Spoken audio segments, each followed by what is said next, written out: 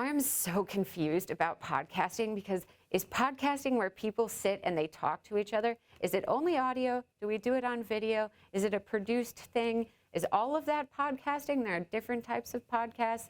I have a lot of questions. That being said, generally podcasting is cool. I listen to podcasts, usually the produced ones. I love audio journalism. But when people are like, we should just have a podcast to have a podcast, I sometimes wonder about that. So I have a lot of questions, and I don't know the answers to them. There's a lot of blurry lines around this, and I mean, I guess there are podcast series, right? The Miami Herald partnered with Treefort Media, and we did a podcast series on the Surfside collapse. It was a limited 10, 12 issue series. So that was a podcast, but it was highly produced, like you would expect any sort of radio thing to be done. And then there are sort of more chatty type podcasts. I think like anytime people are talking, right, and communicating about their perspectives, it's a good thing. I'm pro communication. And I'm pro hearing other people's ways of thinking about things too. So I think in general, that's really great. I think there are so many podcasts I sometimes I wouldn't even know what to listen to be honest.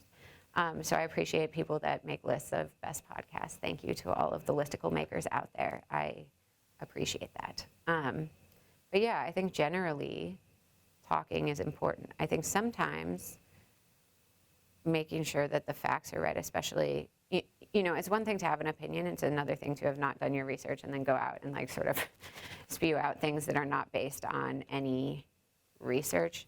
That might be where my issue with podcasting starts, is if folks are just like, they gain an audience and then they don't take their responsibility to that audience seriously. And I'm not saying that's normal for podcasters. I think a lot of podcasters take their audience seriously and take their, work seriously. But that would be my caution. And that's kind of, I'm all about new media, but as someone that works for legacy media, one thing that I think you don't get in blogs and, sort of, that kind of content that's produced by, whoever, is we actually do have fact-checking standards.